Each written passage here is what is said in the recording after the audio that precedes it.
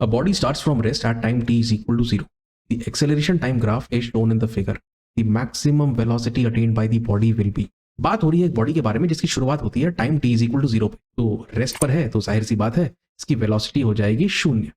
अब जैसे जैसे वो आगे बढ़ते जाता है तो उसके जो एक्सेलरेशन का मैग्नीट्यूड है वह घटते जाता है। देखिए यहाँ पर एक्सेलरेशन, यहाँ पर देखिए, लेकिन ये है तो पॉजिटिव एक्सेलरेशन, और अगर एक्सेलरेशन पॉजिटिव है मतलब वेलोसिटी का इंक्रीज होना जाहिर सी बात है। ठीक है, तो यहां तक वो एक्सेलरेशन पॉजिटिव है तो वेलोसिटी बढ़ते जाएगा और बढ़ते बढ़ते हो जाएगा वी मैक्स। इसे पता करने के लिए हम बड़ा सा सिंपल सा कॉन्सेप्ट लगाएंगे, एरिया अंडर दी कर्व।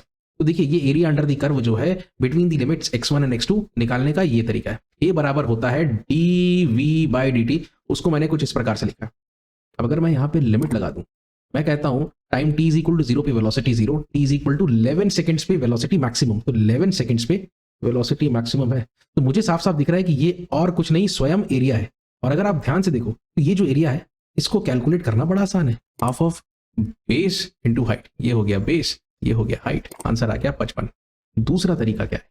दूसरे तरीके में हम लगाएंगे y is equal to m x plus c. ठीक है, ये स्लोप होता है। ठीक है, जहां पे राइज लिखा हुआ है उसका मतलब है वर्टिकल, और जहां पे रन लिखा है उसका मतलब है हॉरिजॉन्टल। बस इस बात का ख्याल रखें, ये पॉजिटिव, ऊपर positive, left negative, down negative. इसका इक्वेशन हमें चाहिए। ए से बी तक अगर हमको आना है तो सबसे पहले हम नीचे आएंगे। कितना नीचे आए?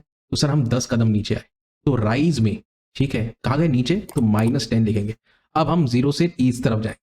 अब हम राइट में गए तो प्लस में 11 लिखेंगे बस। अब देखिए y इंटरसेप्ट मतलब y एक्सिस को कहाँ पे काटा, तो 10 पे काटा, तो ये हम लिख देंगे 10।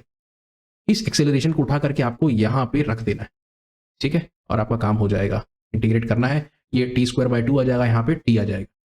लिमिट जब आप लग इन कर दोगे ना तो 0 के लिए तो कुछ नहीं होगा, 11 के लिए यहाँ पर आपके पास सीधा वैल्यू आ जाएगी 55 की।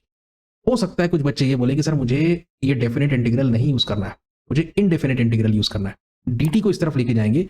अब हम इसको इंटीग्रेट करेंगे। इंटीग्रेट करने पर हम देखेंगे कि यहाँ पर एक कांस्टेंट ऑफ इंटीग्रेशन आएगा, जिसको कैलकुलेट करने के लिए मैं इस बाउंड्री कंडीशन का इस्तेमाल करूंगा। रेस्ट से शुरुआत हो रही है कब? t इज इक्वल टू 0 पे, तो रेस्ट पे शुरुआत हो रही है, t इज इक्वल टू 0 रखेंगे, और रेस्ट है तो वेलोसिटी 0, तो c की वैल्यू निकल के आ जाएगी 0। उसको आप यहाँ पे रखोगे तो सिर्फ आपको इतने पोर्शन से मतलब होना चाहिए।